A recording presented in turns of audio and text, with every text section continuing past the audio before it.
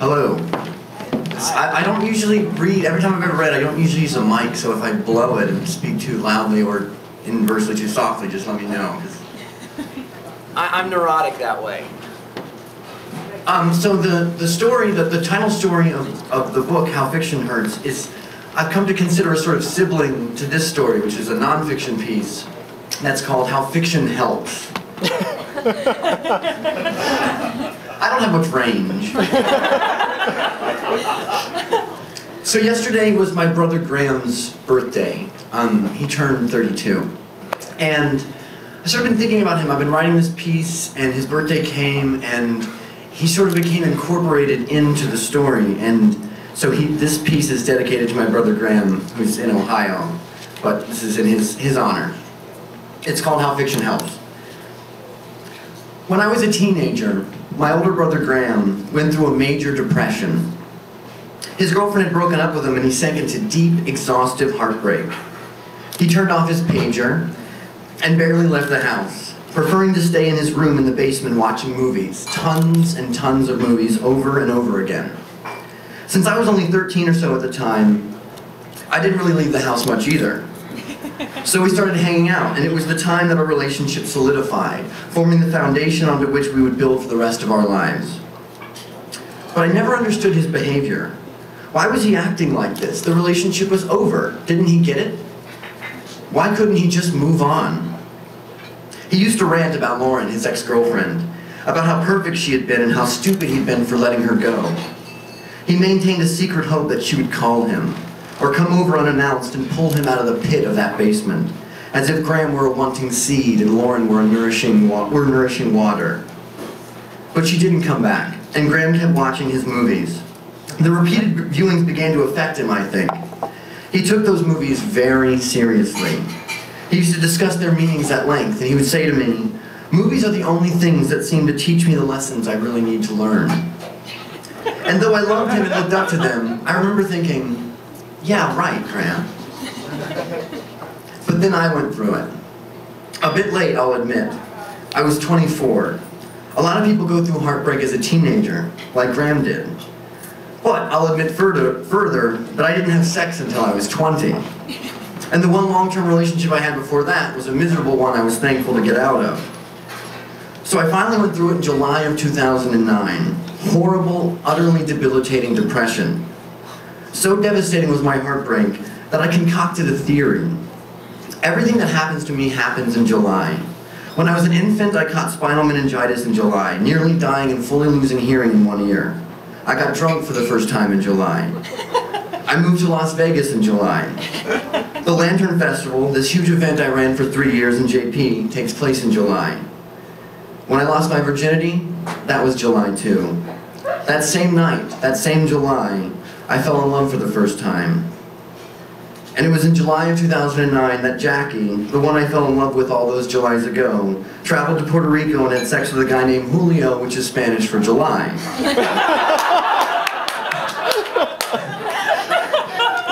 Not that Jackie cheated on me or anything.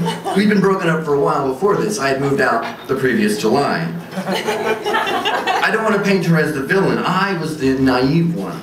I was the one who thought I'd be fine through all of this. I initiated the breakup. I cavalierly thought that I would be fine if she slept with somebody else. But I predictably was not. I was, as I said, devastated. And I also naively tried many things to get her back. I quit smoking, which I'd done for over 10 years. I quit eating meat, something I'd done my whole life. And I deliberately changed my hair, something I had never, ever done. All in order to get her back. It didn't work. So there I was, a non-smoking vegetarian, lonely and desperate. Needy for some sort of reassurance, some kind of validation that I wasn't the lonely piece of shit I'd come to think of myself as. But serendipity, as it has a tendency to do, stepped in. I found soup. Soup is a storytelling potluck my friend Amy Rose Ranger created. I had become close with her twin sister April, who's here. She told me that Amy needed someone to read at her monthly event, so I told her I would do it. If I'm being honest, which I think nonfiction requires, I must admit that soup happened slightly before Jackie's voyage to Puerto Rico. But that doesn't diminish soup's effect on me. Jackie left for Puerto Rico in July, as was stated, and the first time I actually read Soup was in May of 2009.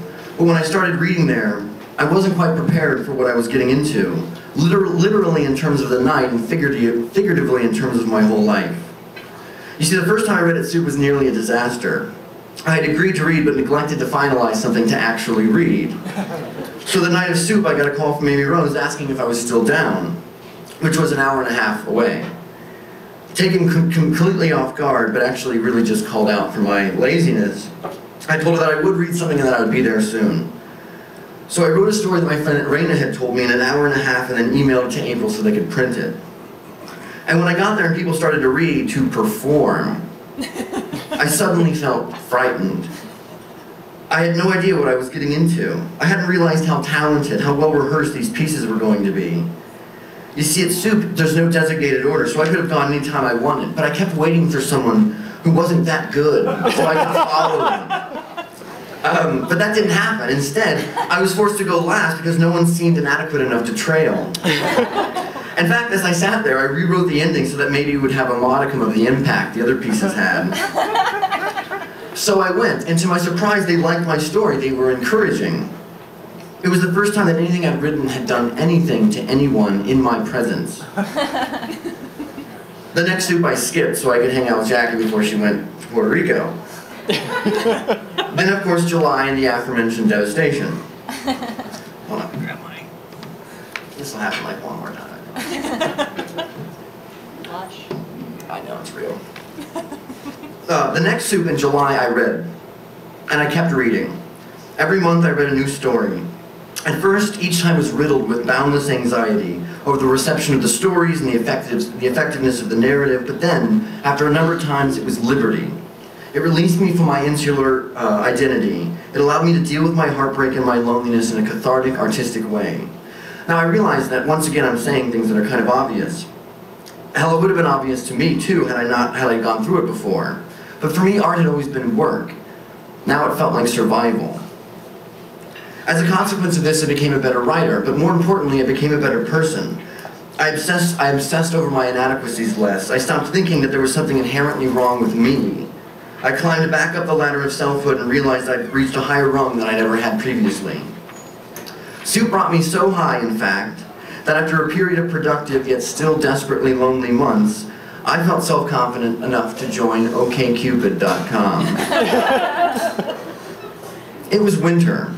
And you know how the frigidity of the cold compels you to find someone to be with. How the warmth missing from the sun feels as if it must be replaced by another person. How loneliness and the cold feel like the same thing. For those of you who aren't aware, although I'm sure most of you are, OkCupid is a website not unlike Facebook, except you're not only just encouraged to stalk people, but literally rate them 1 to 5, instead of just doing it in your head. And then proposition them for a date. It's a dangerously addictive website. You could sit there for hours rating people, checking out their pictures, their information, wondering why they would say such things about themselves, like, I'm an all-around awesome person. Or, if you think you're slick or cool, just don't write to me, asshole. Literally the real things that people said on there. And then wondering if you sound as self-aggrandizing and self-deprecating as they do. When I first got on OkCupid, I was perplexed as to what to write about myself. But the more you're on there, you become savvy to the language. The subtleties of mixing disingenuousness and earnestness. Maybe you ask some friends which pictures you look really best in. Or maybe you look at your page and think, I think I look cool. But then you think, or maybe I just think I look cool. This is how I perceive myself to look cool. It's a dizzying experience. But I was lonely, and though Soup and fiction had begun to extract me from my fog of self-pity, I was still depressed and vulnerable. And my whole life before this, I'd never pursued a relationship as vehemently as I did then. I was on a fucking mission, and OkCupid provided me the first road to walk down. So I went on a few dates, mostly that were pleasant and congenial and ended with a polite, it was nice meeting you, and maybe a hug. There was one that was adventurous and silly that I'm not going to go into. But after a few months, nothing particularly meaningful came of it. Then I found Delilah, or more accurately, Green Onion. Green Onion was her screen name, as most people don't use their actual names, although I naively did. When I found her, I thought she was totally out of my league. Her picture showed a hip, tattooed, fixed-gear writer, flippant and casual and cool. See, I have a thing for women who dress cool. I know that sounds really lame, but it's totally true. If a woman can pull off an artsy bohemian attire, it drives me crazy. And Green Onion was no exception. In fact, I think she was the rule. I wrote to her with a sense of defeatist futility, but lo and behold, she wrote back to me. She seemed interested. We began having extremely casual chats about what we were doing that day, about smoking weed, about nothing in particular. She had just moved to JP and didn't know anybody. It was so perfect. Yeah. Her nonchalant manner of speaking, or I guess typing, only reinforced her air of coolness. She had that dismissive tone that for some reason beautiful people are allowed to use. I really, really, really wanted to meet her. Now I realize that what I was after has a lot more to do with me than it actually does her. If this gorgeous woman were willing to meet me under the pretense that she was attracted to me, then somehow maybe I wasn't a deplorable waste I'd started to consider myself. Maybe I was still virile, maybe I was still lovable. We agreed to meet at a coffee shop called City Feed on Center Street in JP. Nervous and anxious, I took the bus to meet Green Onion, who now, since I was actually meeting her in real life, I'll refer to as Delilah. I went inside and paced around the shop. Under ordinary circumstances, I have extreme anxiety problems, and since this was certainly not what one would consider ordinary, my anxious tremors were very heightened. The arranged time, 7:30, came and went. No Delilah. 10 minutes. 20. No Delilah. I scrutinized every person who walked into the door, trying to see in them the girl who was going to help me. I saw other couples, and I wondered whether or not they were happy. I saw people alone and wondered if they were as lonely as me, as in need of a connection. I felt envious of some, sad for others. I could see in them a look of nervous certainty, as if they were putting on a show for something that could collapse at any moment. What was all this for? Are we all pursuing some story that we've been told our whole lives? Are these people standing in City Feed all possessed of incalculable complexity, all hoping for someone or something to get them through what? To get them through sadness? Hopelessness? Is life on our own so unbearable that we require assistance of others? A half an hour, no Delilah. 45 minutes, no Green Onion. I waited just over an hour, hoping there would be some explanation, some apology, some validation, but there wasn't. Embarrassed, I called my friend Amy Rose, who had told me she was going to a show down the street. She told me she would be there soon, so I waited outside until she actually, thankfully, showed up. In truth, I was more confused than embarrassed. Why hadn't she simply written to me to say that she wasn't coming? She could have lied. Getting out of a date like that is pretty easy, and it would have actually made it less uncomfortable for all involved. I'm feeling sick, I had to work, a friend came into town unexpectedly, all simple lines that I would have either believed or at least appreciated for alleviating me from all the humiliation of standing in a coffee shop, ordering nothing, staring at everyone for over an hour. One more. I'm just gonna hold it. I went home upset, but I also hoped that there would be a contrite message waiting for me when I arrived. But there was no such message. So I wrote her a short, straightforward query. Where were you? The next morning, a response. I was there. Where were you? What the fuck? Where was I? Oh, I believe I was the desperately awkward one scanning City Feed, endlessly looking for you. That's where I was. Where the fuck were you? But I didn't actually write that. Instead I wrote, how could you have been there? I was there for an hour. There's no way we could have... And then it hit me. You see, there are two City Feeds in JP. One on Center Street and one in Stony Brook. And as I suspected, Delilah went to the one near her house, because she's new to JP, and waited in vain for me, while I stood at the other one waiting in vain for her. The image of her waiting at the other City Feed, checking the door for every entrance, at every customer, thinking that she'd been stood up. Oh, how marvelous was this miscommunication. How like a good piece of fiction. Despite being disappointed by not having met her, I was elated by the circumstances. I explained to Delilah what had happened and suggested that we meet again. Now, there was an urgency to this. You see, by this point, it was the beginning of December. And in a month, I was going to leave for England to study abroad for a semester. I wanted to try to meet her and hang out a few times before I left, but I wasn't sure if I should say anything about the urgency. But when Delilah told me that she was going to be really busy before going home to Texas for the holidays, I informed her of my impending trip. She said that that was a bummer and that it may not be completely fair to her, me wanting to just hang out a few times before I left. To her, I was just another guy, one of the many people I'm sure who wrote to her on OkCupid. To her, I probably represented nothing, so I think it was easy for her to end it before it began.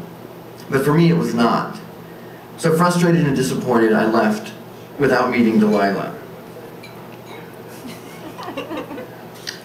During the 4 months I was away, during which I'd experienced more catharses for my broken heart and my mending self-perception, Delilah and I exchanged an email or two. I sent her a story that she told me she loved. She gave me her address in Texas, and I mailed her a postcard. Not much communication, but exchanges nonetheless. And when I came back, I was now ready to be in a relationship, even more so than I had before. In fact, I'd come to believe that I needed one, as if I were responding to some preternatural instinct. So I impatiently got back on OkCupid and found Green Onion. She was still there. There was still hope. At this point, I would like to reiterate just how beautiful Delilah was. And in order to demonstrate the level of foolishness a lonely, wandering mind can get to if left unfettered. I imagined how cool I would feel walking around with her, introducing her to friends, and even more embarrassing, I imagined that somehow her coolness would rub off on me, as if coolness were some virus. In other words, I felt so bad about myself, I wanted to become sick with someone else's self-esteem. After a few chats, during which she asked me about my trip and I asked her about hers, I asked her if she wanted to meet again. But she seemed reluctant. There was a long pause in the chat. Then she told me that she had a boyfriend, but that she wanted to meet anyway. Instead of taking this as a sign that maybe she wasn't the most trustworthy person in the world, I thoughtlessly agreed and said, sure, of course. I wanted to meet her. That was that. So we agreed to meet the next week. It was going to happen. I cannot tell you how thrilled I was. I showed her profiles to a few friends. I was already co-opting her coolness before I even met her. A couple of days later, I see her on Gmail, where we'd had a few chats before. I asked her where she wanted to meet, since we'd actually never assigned a place. There was a very, very long pause. Then the little typing icon popped up, and a few seconds later, a sentence appears in the chat. Delilah doesn't exist. Followed by, I'm sorry. What?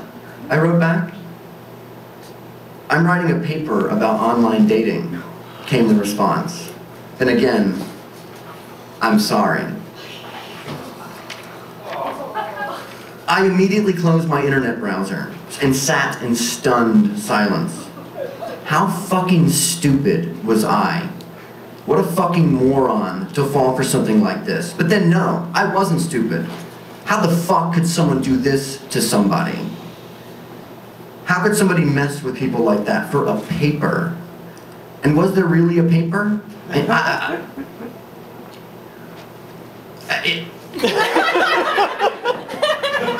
It literally could have been anything. I thought back to every chat we ever had and every remembered sentence I typed. With each recalled flirtation, the mortification increased. Then something else struck me. When I was standing there at that city feed, waiting for the specter to show up, this person, whoever it was probably there, watching me. The realization haunted me. I don't think I've ever felt more humiliated.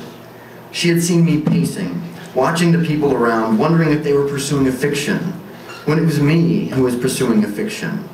But not just the fiction of Delilah, of Green Onion, but the greater fiction that I was going to be able to fix all the pain I'd gone through. That I would be able to replace the lost intimacy, the kind that takes years to create in very, very particular people with which to have it. The fiction that I could mend my heart by going online, as if I could just find a person, pick them, and then move on from heartbreak. This is not about what's wrong with the internet or online dating. This is about what's wrong with me. I was fooled because I was so willing to be fooled, as during that time in my life I would have believed anything if it could have taken me from that place. But Delilah didn't take me out of that place. If I was going to move on, I was going to have to do it myself, for myself, without the help of imaginary saviors. Soon after I deleted my OkCupid account, I hid myself from that world, from that shame. And I never heard from Green Onion again. And I thought of my brother Graham and his desperate attempts to be saved by movies, to bloom out of the darkness and live again. And despite the humiliation of Delilah, I realized that I too needed to live again. And by this time it was June. July was soon coming. And strangely, I felt ready for it. So, here's to Delilah, to Green Onion, a fiction, as fiction seems to be the only way I learn the things I really need to learn.